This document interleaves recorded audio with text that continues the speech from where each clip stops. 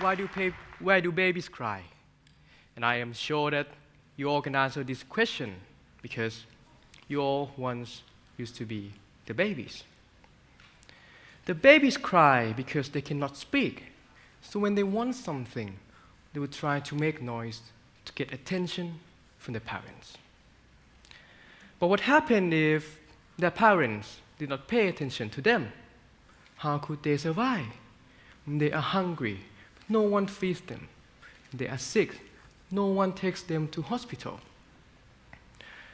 On the other hand, if the parents took a good care of them, they not only could survive, but also grow up to be successful people in the future.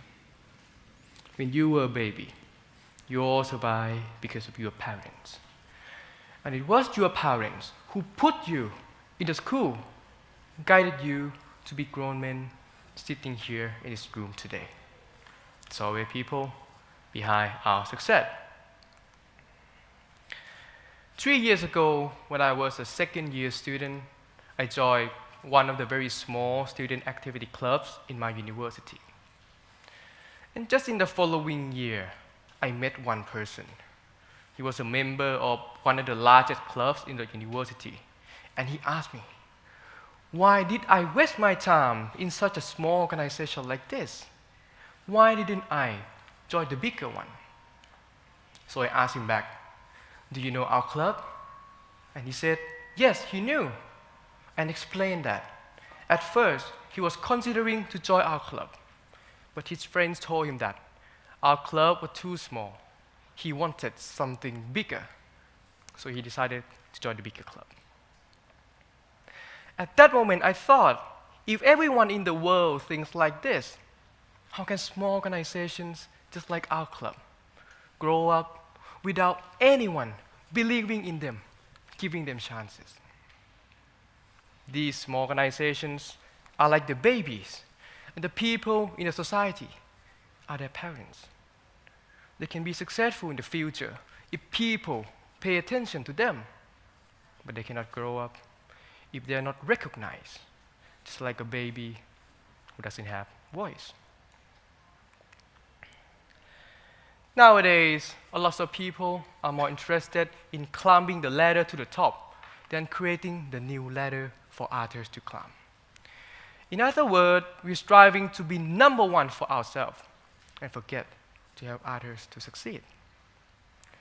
In organizational work, there are some people who believe that working in a large organization is called success.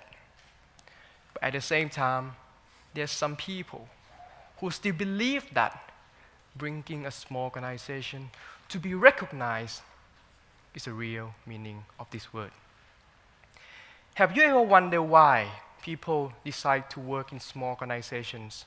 Some people stay since they were very small, and now they have become very successful. And after 3 years I have been working in this small student activity club, I found the reason why. It is this one word, developer.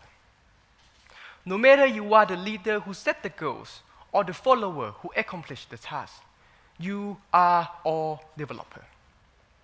You are the one who takes risks before others. In the stage of building the organization, you don't know whether it's going to succeed or it's going to fail. But once you decide to be part of it, it means together, falling down together or rising up together. We never know.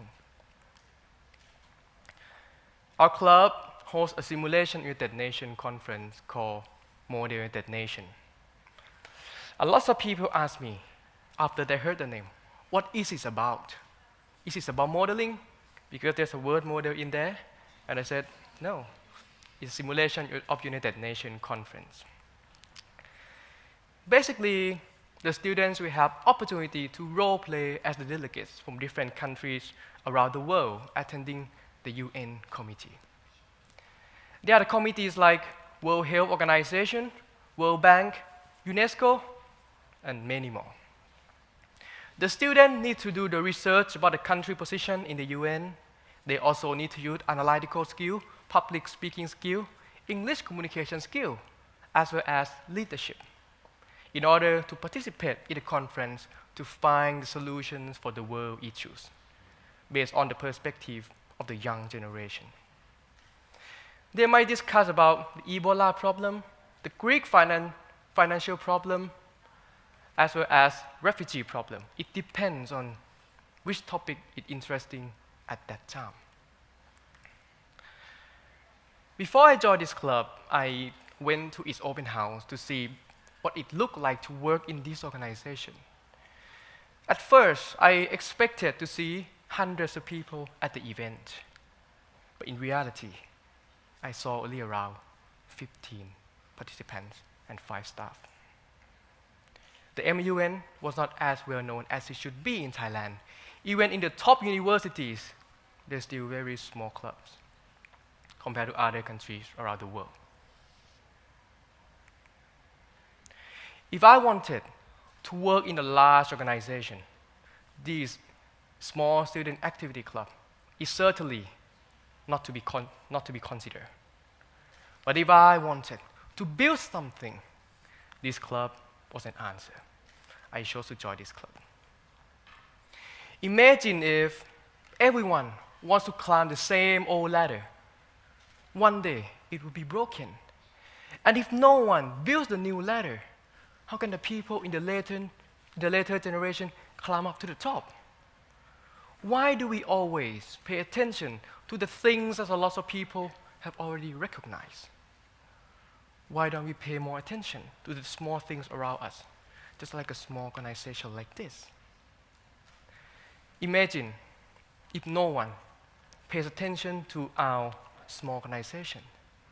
That means our young generation, all the students, we lost one precious event that can help them improve their English communication skill, public speaking skill, leadership, and most importantly, the opportunity to learn to accept the difference.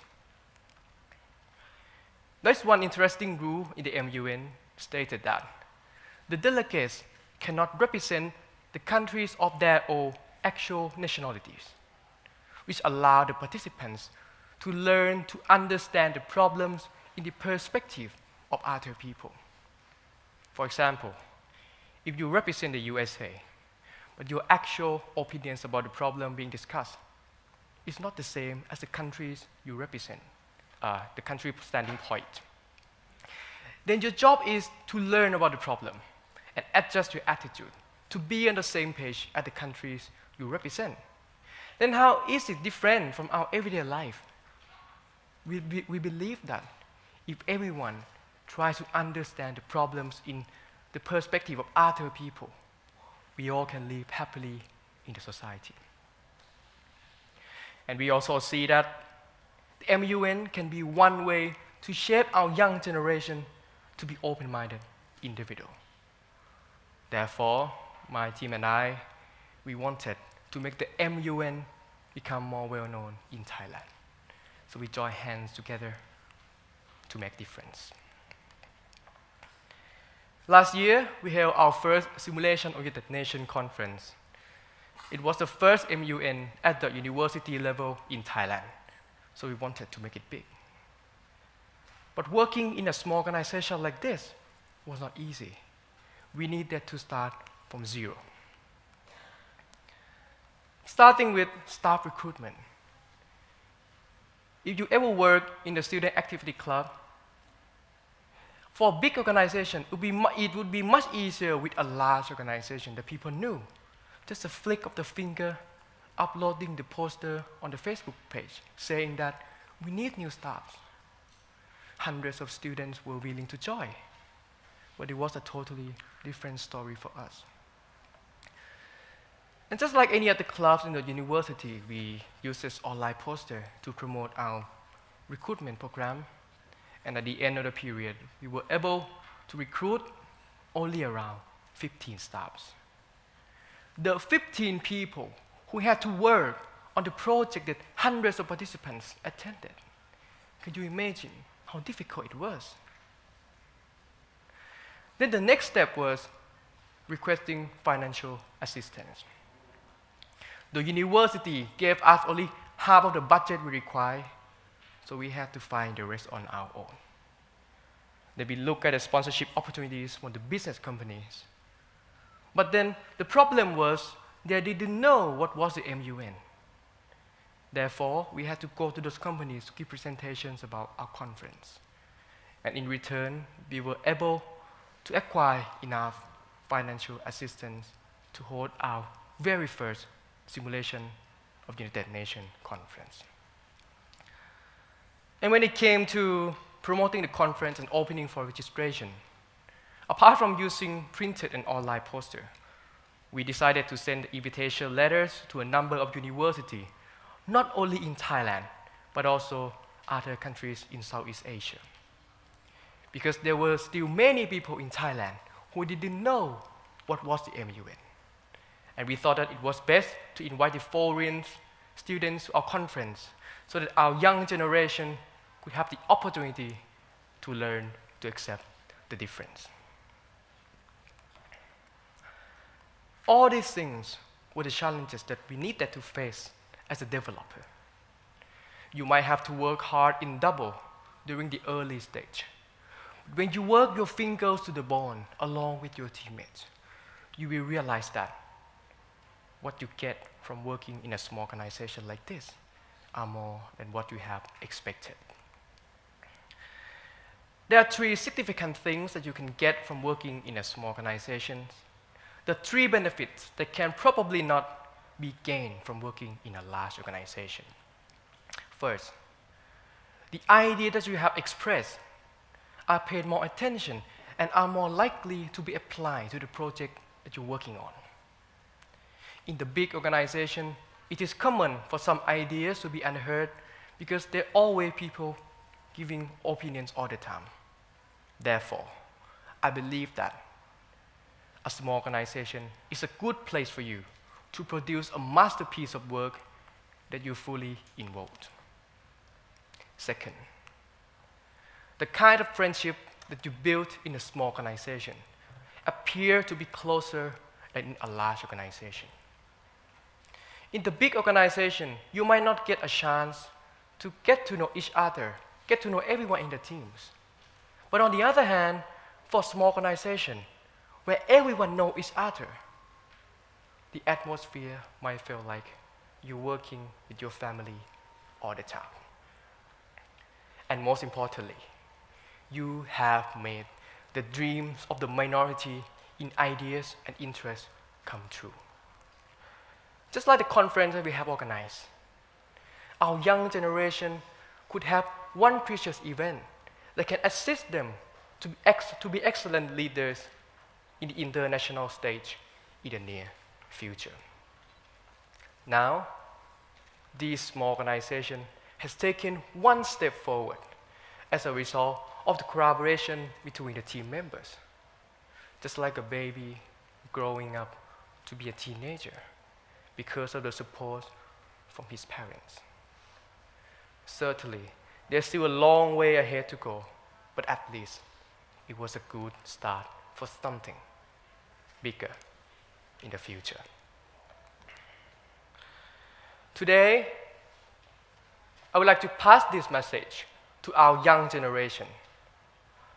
I believe that everyone has a dream, but we all are walking on different roads, just like we all have different dreams. Some roads are very beautiful with hundreds of lights along the street, while some are very tough, even covered with darkness that you have never seen. I know when you're looking for the student activity clubs to join during the school or the university, you are looking for something to decorate your resume. Therefore, I would like to take this opportunity today to encourage all of you to put the thought about what you can achieve for yourself from working in those organizations behind, and instead pay more attention to small organizations and think about what you can build for the next generation. Because there's still many people who can benefit from your action, because not everyone's interest can be expressed unless someone provides them space to do so. And also in our everyday life too, the small things around you can be powerful, if not for you, then other people in the society. 3 weeks ago, my grandmother passed away. She was a teacher for 40 years. She started her teaching career in a small town that had only one school and didn't have enough teachers. So she needed to teach more than one subject, sometimes Thai, sometimes mathematics, sometimes science, and many more. In the eyes of the students in this small town, a person like my grandmother, who paid attention to one small school, was the only hope for them to study and chase their dreams in the future.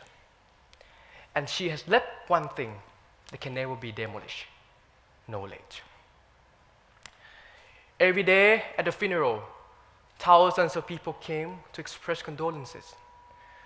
And it caught my attention when the monk was giving a sermon.